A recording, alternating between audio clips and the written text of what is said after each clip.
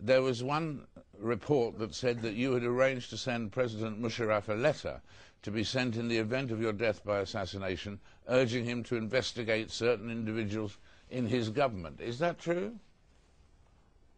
Yes, it is true that I wrote to General Musharraf. I received information from General Musharraf that a friendly country had passed on to them the information that I could be attacked by a gang from the Afghan warlord Baitullah Masood, or by Hamza bin Laden, the son of Osama bin Laden, or by the Pakistani Taliban in Islamabad, or by a group in Karachi. So I sent back a letter saying that while these groups may be used, I thought it was more important to go after the people who supported them, who organized them, who could possibly be the financiers or the organizers of the finance for those groups. And I named 3 individuals who I thought were their sympathizers. Now I understand that I could be wrong and my suspicions could be misplaced, but these are the people that I suspect want to stop the restoration of democracy.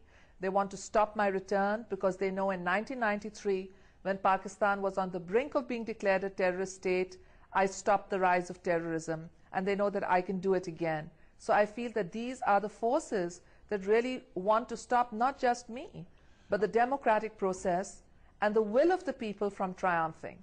And in terms of these 3 people that you mentioned, were they members of or associated with the government?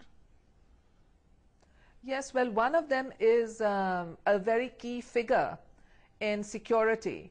He's a former military officer. He is someone that has had dealings with Jaish-e-Mohammed, one of the banned groups, with Maulana Azhar, who was in an Indian jail for decapitating 3 British tourists and 3 American tourists.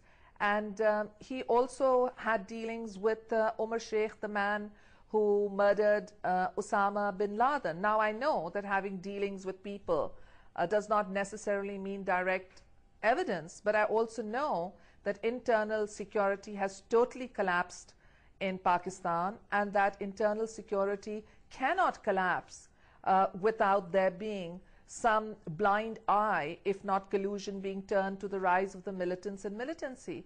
Not only are our tribal areas out of our control, but even the beautiful valley of Swat is now under takeover by Islamists. So I would like to see a Pak-led police inquiry assisted by Scotland Yard or the FBI come in, use their forensic and scientific explanation to find out not only the perpetrators, but the financiers and the organizers of this heinous crime that killed 158 innocent people. Voices can't be